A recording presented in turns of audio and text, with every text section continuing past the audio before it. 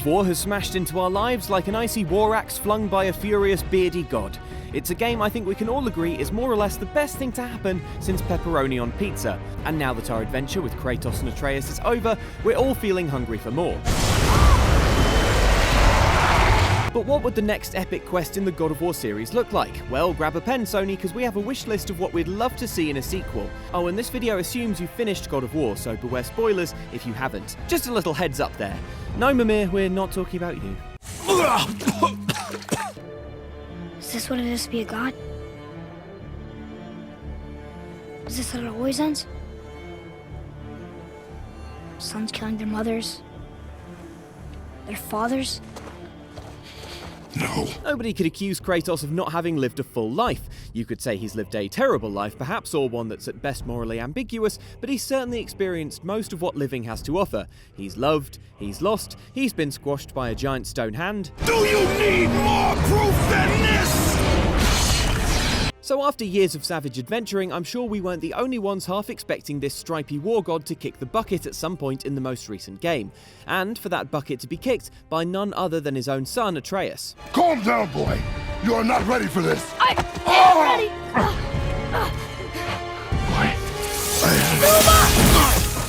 Why? Because if there's a theme to God of War, besides pulling rib cages apart,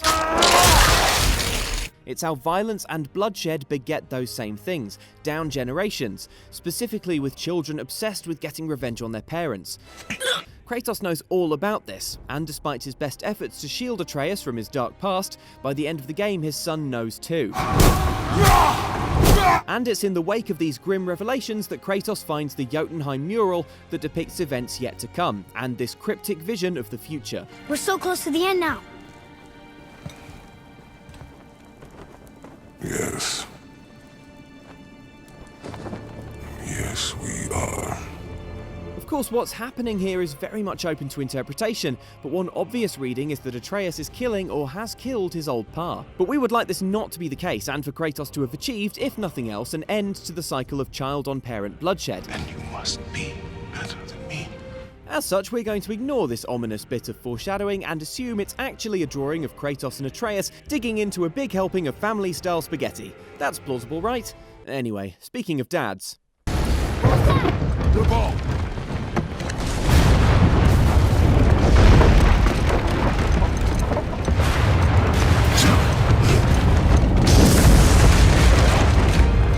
Thor is the most famous Norse god around, the star of iconic myths such as the battle with the world serpent, the time he disguised himself as a bride for some reason, and travelling through space with a talking raccoon. And yet Thor, for all his infamy, doesn't make a proper appearance in God of War at all, even though he's all anyone wants to talk about or build statues of.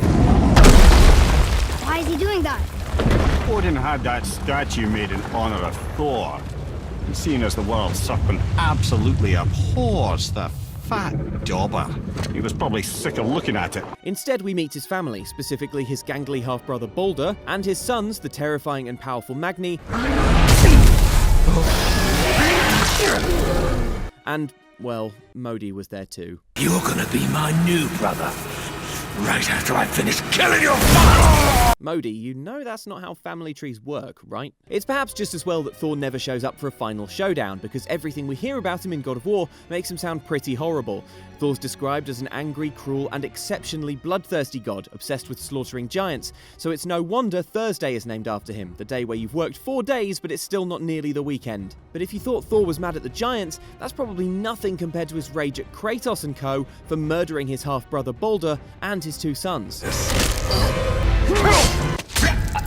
Happily, Thor featuring in God of War 5 is all but assured, thanks to a secret scene set years in the future that plays if you return to Kratos' shed having beaten the game. But what role he could occupy in the narrative is a mystery. Thor is a seriously strong god, so perhaps God of War 5 will see Kratos and Atreus forced to do his bidding, or perhaps the next game will open with another epic boss fight just outside Kratos' shed. Honestly, Thor, we're just tidied up out here. Look at that! It's the missing panel about Tyr. Odin must have stolen it. But why? Like a McDonald's only diet, the God of War series has always been Greece-based, or based in Greek mythology at least. But God of War broke the mold by transferring Kratos' spine-shattering adventures to a Norse setting, hence the snow. That proves that the series can hop around geographically, but buried in God of War are subtle hints that we could soon see Kratos travelling to more temperate climes. Consider this panel found in Odin's elaborate golden cupboard, which shows the Norse god Tyr travelling magically, and 4 intriguing symbols. What are those runes in the corners? Not runes. Symbols from different lands. In the bottom right, that looks like a Celtic Triskelion. In the bottom left is what resembles a Japanese Mitsudomo, and on the top left, that's certainly an Egyptian Eye of Horus. We'd love to see Kratos adventure to any of these regions, and it really looks like he could in a sequel, with Tyr seemingly having paved the way with the use of the Unity Stone. Great outnumbers others. That's the Unity Stone. You know it. I wasn't sure it existed. If Tyr possessed this, that explains how he could visit all the realms, and other lands to boot. We're not fussy about where the story goes next because all mythologies are fascinating, but ancient Egyptian would perhaps be our first pick because A, just imagine the fight Kratos would have with this crocodile god, and B, Atreus already looks adorable in a pharaoh hat.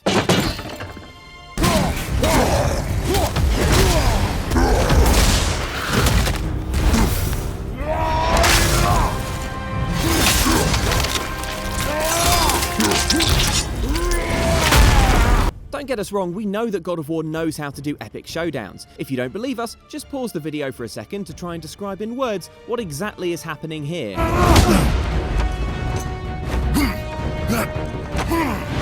Epic, right? But for all the screen-filling boss fights and dragon showdowns, we do have one tiny complaint that we'd love to see remedied in God of War, and that's that the savage finishing moves, triggered by clicking in both sticks on the controller, can feel a little repetitive.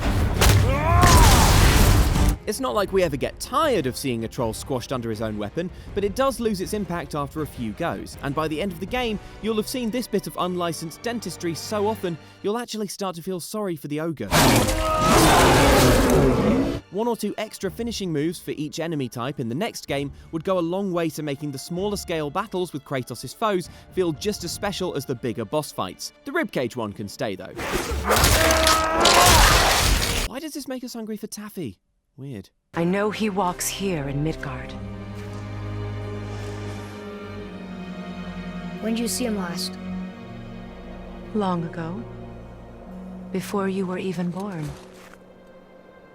Why are you standing so far from me? Freya is definitely one of God of War's supporting characters that we wish we could have spent more time with, and not just because we can't stop mentally planning the movie marathon she'd host in her magic tortoise house. It's alright.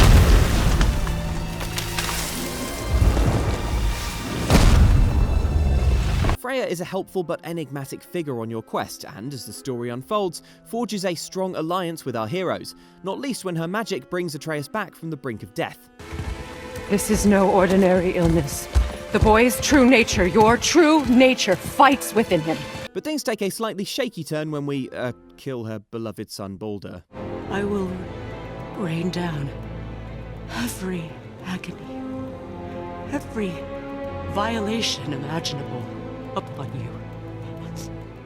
I will parade your cold body from every corner of every realm and feed your soul to the vilest filth in hell. That is my promise. So, does that mean we're uninvited to movie night? Now, Mimir seems optimistic that Freya will come around. Give her time, lads. But bear in mind that A, he doesn't really get a great view of what's going on bouncing around on Kratos' butt cheeks, and B, in a late game conversation, Mimir says that Freya paid him a visit, making inquiries that suggest she's not about to let Baldur's murder go unavenged. What little I know about where Odin may have kept her Valkyrie wings. Seems he's rather bent on reclaiming her warrior spirit. I'm afraid the cycle of vengeance may not be so easily broken. If Freya is about to suit up and get vengeful for the sequel game, we can't wait to see it. Enemies are always more compelling when we can relate to them, and who couldn't understand Freya's heartbreak at losing the child she sacrificed so much to protect? We hope there's a way back to an alliance for Freya and Kratos, but if not, she'd make a really terrific antagonist. Moreover, in the fiction of the game, Freya was once Queen of the Valkyries, the fearsome winged warriors responsible for carrying heroes to Valhalla. So if she does keep her promise of retribution, expect it to be unbelievably epic and probably to rain down from the sky. Maybe best to remain indoors for the foreseeable, Kratos. Think you can spot the light? You're not gonna believe me, but that axe you got, it was me what made her. Me and my brother. Was one of our best. So don't let nobody else go work on her except for us two. To begin with, in God of War, Kratos' sole melee weapon is the icy war axe Leviathan, forged by Brock and Sindri and inherited from his dearly departed wife Faye. That feels like plenty though, because it puts a wealth of combat moves at your disposal, not least flinging the axe into your enemy before summoning it back like the world's least safe boomerang. As you progress, however, you'll also get reacquainted with Kratos' Blades of Chaos, and from this point, mastery of the game's combat requires you to switch between weapons to take down certain types of enemy. This elemental combat made things a lot more interesting, adding an extra strategic seasoning to God of War's delicious combat stew, and we'd be interested to see the idea taken further in the next game. For instance, how about a third element alongside Ice and Fire that's strong to one and weak to the other? The axe isn't working? For a rock, paper, scissors mechanic. Or perhaps extend the concept to defense. Imagine Kratos also juggling between icy and fiery shields as well as weapons, for instance. We wouldn't want to overload the game because, let's face it, there's already plenty to keep in mind while you're smashing your way through Midgard, but we reckon with a delicate touch, more elemental attacks in the sequel could really make things interesting.